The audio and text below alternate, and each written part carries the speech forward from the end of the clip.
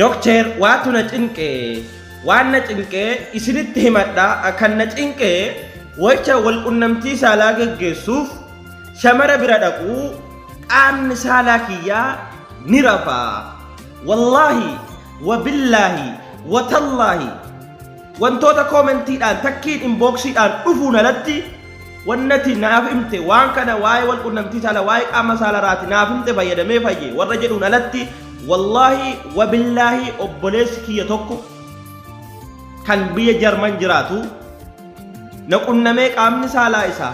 akka in hojjenne akka laafatu natti himate waan nama si himuu deemu kana himeef wallahi wa billahi osoo mana yaalaa tokko hin deemne kan mana yaalaa fedhe dhaqee dadhabe waan sana fayyadamee ji'a tokko booda dhufee na galatoonfate jechuudha bi'iidhnillah rabbiin asitti ulfaadhu galatoomii waan ati naaf himte fayyadamee jedhee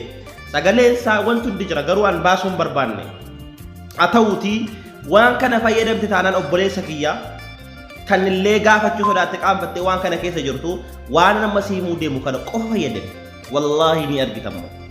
ni jijjiiramtammo garuu ni jechuudha innamal a'maalu binniyaatin wa innamaa likulli imri'in maa nawaa ergamaan rabbi alayhi salaatu wassalaam namni waan niyyate argata wama niyyate hojjette niyyaa keetii niyyaa qulqullaa'e dawaa tokko gaafadhattu niyyaa qofa qulqullaa'eeti wanti jijjiiramne jiru jechuudha dura of amansiisi qalbii kee amansiisi maarree daakuu qurunfudii qopheeffatta yookaan zayita qurunfudii qopheeffatta yoo daakuu isaan arganne jechuudha paawudarii isaa yoo arganne eega sana qopheeffattee damma fallaada tokko waliin laaqxee osoo irrafne irriba dura walakkaa isaatii dursitee qaama saalaa keetti dibattaa jechuudha torban tokko sanaa oliif itti fayyadame jijjiirama ofuma irratti argaa deemtaa galatoomii ulfaadhu wantuma kana xiqqoodha jechuudha viidiyoo kana yoo na fayyadatte yaaddee namoota biroo tokkooti galatoomii